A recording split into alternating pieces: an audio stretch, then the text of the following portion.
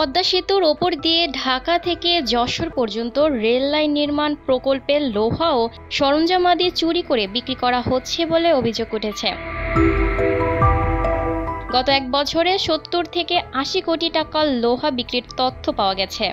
স্থানীয় সূত্রে জানা গেছে, ঢাকা জেলা দক্ষিণ ছাত্রদলের সভাপতি পাভেল মোল্লার নেতৃত্বে বিএনপি ও সহযোগী সংগঠনের কয়েকজন নেতাকর্মী, আইনশৃঙ্খলা রক্ষাকারী বাহিনীর কিছু সদস্য এবং চায়না প্রকল্পের নিরাপত্তা কর্মীদের যোগসাজশে এ চুরি চলছে। কেরানীগঞ্জে এই প্রকল্পের সাইট অফিস অবস্থিত। রেলপথ মন্ত্রণালয় সূত্র জানায়, পদ্মা সেতুর ওপর দিয়ে রেল লাইন স্থাপন প্রকল্পটি বাংলাদেশ সরকার ও চীনের মধ্যে G2G চুক্তির আওতায় পরিচালিত হচ্ছে। এই প্রকল্পের ঠিকাদারি প্রতিষ্ঠান চীনের চায়না রেলওয়ে ইঞ্জিনিয়ারিং গ্রুপ। প্রকল্পের আওতায় রয়েছে ঢাকা থেকে যশোর পর্যন্ত ১৭২ কিলোমিটার মূল ব্রডগেজ রেললাইন স্থাপন। কাজ শেষ হলে ঢাকা থেকে নারায়ণগঞ্জ, মুন্সিগঞ্জ, শরীয়তপুর, মাদারীপুর, ফরিদপুর, গোপালগঞ্জ ও নড়াইল হয়ে রেললাইন যশোরে পৌঁছানোর কথা রয়েছে। মোট ব্যয় ধরা হয়েছে ৩৯,২৪৭ কোটি টাকা, যার মধ্যে বাংলাদেশ সরকার দিচ্ছে ১৮,২১০ কোটি এবং বাকি ২১,০৩৬ কোটি টাকা অর্থায়ন করছে চীনের এক্সিম ব্যাংক। ৬ বছর মেয়াদী প্রকল্পের কাজ শেষ হওয়ার কথা ছিল ২০২৪ সালে। তবে গত বছরের ৫ আগস্টের পর থেকে রেললাইন সংযোগের কাজ বন্ধ রয়েছে। ফলে প্রকল্প বাস্তবায়নে অনিশ্চয়তা তৈরি হয়েছে।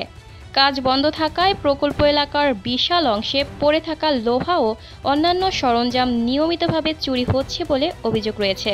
কেরানীগঞ্জ উপজেলার দক্ষিণ কেরানীগঞ্জের কাজিরগাঁও নামক স্থানে রয়েছে CRECর অফিস।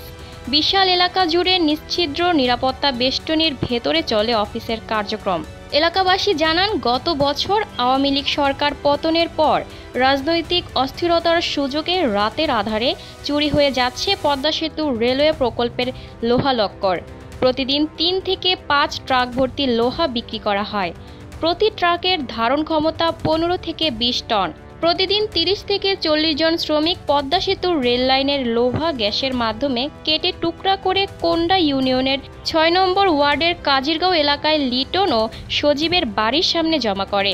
এরপর দক্ষিণ কেরানীগঞ্জ থানা পুলিশের নীরব সমর্থন নিয়ে এখান থেকে লোহা ভর্তি ট্রাক পাঠানো হয় পোস্তগোলা শ্মশানঘাট চৌধুরী মার্কেটের নয়ন শেখ ও তার বাবা স্বপন শেখের মালিকানাধীন NS ট্রেডার্সে। এর গোডাউন ও দোকানের সামনে, পেছনে এবং আশেপাশে পদ্মা সেতু রেলওয়ে প্রকল্পের লোহা লক্কর মজুত করে রাখার চিত্র দেখা গেছে। এ ব্যাপারে দোকানে থাকা কর্মচারীরা কোনো তথ্য দিতে রাজি হয়নি। পরে লোহা বিক্রেতা সেজে দোকান মালিক নয়ন শেখের মোবাইলে ফোন দিলে তিনি হোয়াটসঅ্যাপে লোহার স্যাম্পল পাঠাতে বলেন। তখন চায়না ইঞ্জিনিয়ারিং প্রজেক্ট থেকে তোলা লোহার ছবি তার হোয়াটসঅ্যাপে পাঠানো হয়। এরপর নয়ন শেখ জানান, পদ্মা সেতু রেলওয়ের লোহা তিনি প্রতি কেজি ৫৫ থেকে ৬০ টাকা দরে কিনে থাকেন। তার দেওয়া তথ্য অনুযায়ী প্রতি ট্রাকে ১০ থেকে ১৫ টন লোহা থাকে।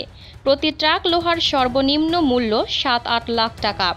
প্রতিদিন গড়ে তিনি ট্রাক লোহা বিক্রি হওয়ায় মাসে প্রায় ৬-৭ কোটি টাকার লোহা পাচার হচ্ছে।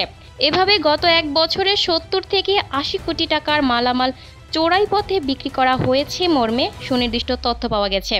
জানা গেছে, কঠোর নিরাপত্তা ব্যবস্থা সত্ত্বেও দক্ষিণ কেরানীগঞ্জের চায়না ইঞ্জিনিয়ারিং প্রজেক্ট থেকে লোহা সরানোর পুরো প্রক্রিয়াটি সুচারুভাবে পরিচালিত হয়। প্রকল্পটির দোভাষী ও নিরাপত্তা ইনচার্জকে ম্যানেজ করেই এসব লোহা প্রকল্প এলাকা থেকে বের করা বা চুরি করে আনা হয়।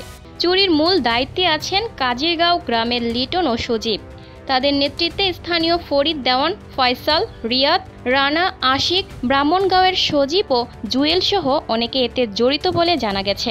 স্থানীয় সূত্রে জানা গেছে, ঢাকা জেলা দক্ষিণ ছাত্রদলের সভাপতি পাভেল মোল্লার নেতৃত্বে থানা ছাত্রদলের সদস্য সচিব জুয়েল, যুবদলের সাংগঠনিক সম্পাদক অয়ন ইসলাম রনি, ইউনিয়ন যুবদলের সাধারণ সম্পাদক জাকির দেওয়ান, থানা শ্রমিক দলের নেতা সোবাহান, ইউনিয়ন বিএনপির সিনিয়র সহ সভাপতি সেলিম, থানা স্বেচ্ছাসেবক দলের সহ সভাপতি উজ্জ্বল মোল্লা সহ বিএনপি ও অঙ্গ সংগঠনের বিভিন্ন নেতাকর্মী লোহা বিক্রির টাকা থেকে ভাগ পান। দক্ষিণ কেরানীগঞ্জের প্রভাবশালী এক নেতা নাম প্রকাশ না করার শর্তে আমার দেশকে বলেন, পদ্মা সেতু রেলওয়ে প্রকল্পের মালামাল চুরি হয়, এটা আমি জানতাম। বিষয়টি জানতে পেরে বাধা দিয়েছিলাম। এমনকি লোহাভর্তি গাড়িও আটক করি।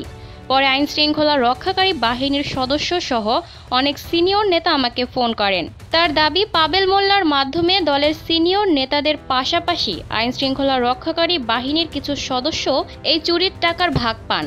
এ বিষয়ে যোগাযোগ করা হলে ঢাকা জেলা দক্ষিণ ছাত্র দলের সভাপতি পাবেল মোল্লা ক্ষুব্ধ প্রতিক্রিয়া দেখান এবং অশালীন ভাষায় প্রতিবাদ করে নিজেকে নির্দোষ দাবি করেন। স্থানীয়দের অভিযোগ, এমন পরিস্থিতিতে তিনি প্রায় এভাবে গালিগালাজ করে বিষয়টি এড়িয়ে যান। এলাকাবাসীর মতে, কেরানীগঞ্জে এমন কোনো অপরাধ নেই যাতে পাবেল মোল্লার সংশ্লিষ্টতা নেই। দক্ষিণ কেরানীগঞ্জ থানার ওসি সৈয়দ আক্তার হোসেন এ ব্যাপারে আমার দেশকে জানান, ৩ মাস আগে তিনি থানায় যোগ দিয়েছেন। এরপরে লোহা চুরির বিষয়টি তার নজরে আসে। প্রতিদিনই চুরি হয়, কখনো কখনো দিনে 10 থেকে 12 ট্রাক পর্যন্ত লোহা বের হয় বলে তিনি তথ্য পান। পরে সেনা সদস্যদের সঙ্গে আলোচনা করে কিছু জায়গায় সিসি ক্যামেরা বসানো হয়। ওসি দাবি করেন, তার থানার কোনো পুলিশ সদস্য এই চোর চক্রের নিরাপত্তা দিচ্ছে না। Lucky Akter, people voice television, Dhaka.